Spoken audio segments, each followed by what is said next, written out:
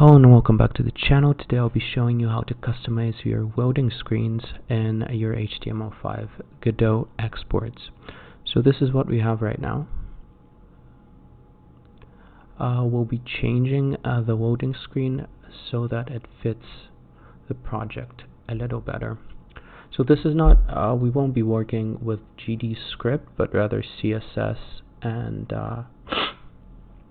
JavaScript, but don't worry, I will show you exactly which fields to change if you don't know them, so you can do it yourself without any knowledge of those. So this is our export of the Godot project. We have an index HTML file that we will be working on, so open that in your chosen code editor, and right off the bat we're gonna go down to the bottom and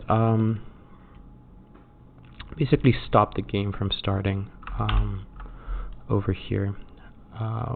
This is where the engine starts the game, and we're gonna comment out those lines so that we can work with the loading screen and see what's going on. Oops, sorry, did not save it. Okay, here we go. So we have a couple fields that we're worried about. So first of all, the body, which is basically the background. We can change the color here, and I actually pre-made some colors. So our color is this in the main game, so we'll be changing that. For the radial loading, it is in status progress, status intermediate. Here we go. This is the color of the gray thing over there. We will change that to dark purple.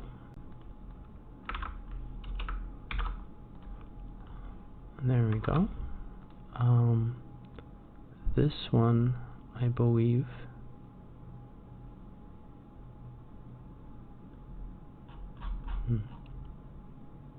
I'm sorry, this is somewhere else.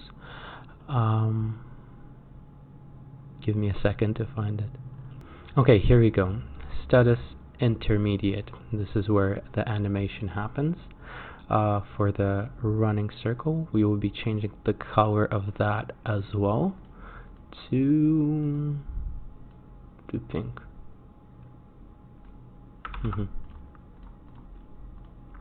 Over here. There we go. Okay, so as you can see, if we comment this back in, then actually we have a different loading screen in there. Like the running circle pops up, but there's actually a progress bar that we have to worry about as well.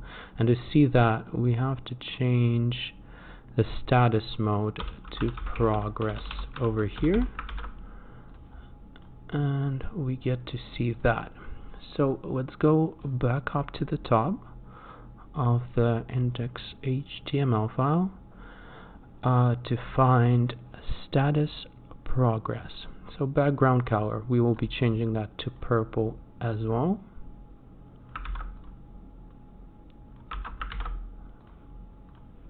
Okay.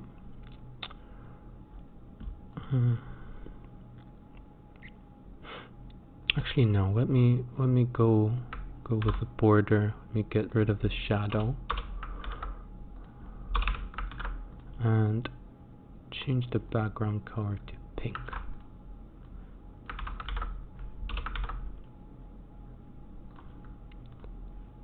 Okay. And then the inner bar, where is that? Status progress inner. That's the inner bar. We will go with more pink over here. Background color, and get rid of the border and the shadow.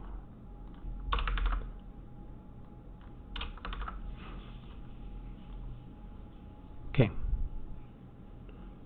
See how it loads up.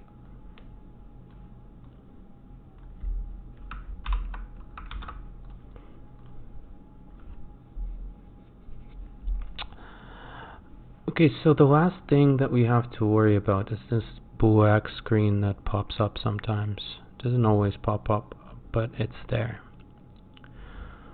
So the way that I understand this problem is that there is a period of time when WebGL starts and before it's fully loaded. So this is JavaScript, right? This is fully JavaScript, and then it goes into WebGL, and this is our WebGL game, right? So the default clear color of WebGL is black, so it draws over the canvas. So what we're going to do is change the clear color of that.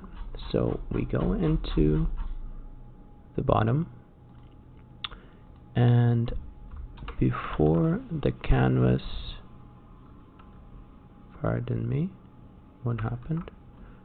Before the canvas is handed over, we change the clear color. So this is basically the alpha. So if the alpha is 0, it's transparent, right? So it draws over it, but it remains the same color, right? And the last thing that we are gonna do right now is set a background image. So if you want a splash screen or something while it's loading, we can set that. So we go with background image in the body, and I have an image inside the export folder, a PNG right here. So if you were to do the same, you just plop it into the zip and upload it, right? So image URL submarine.png, and you could use an actual URL in here. It will load that from the web, right? So what we get right now,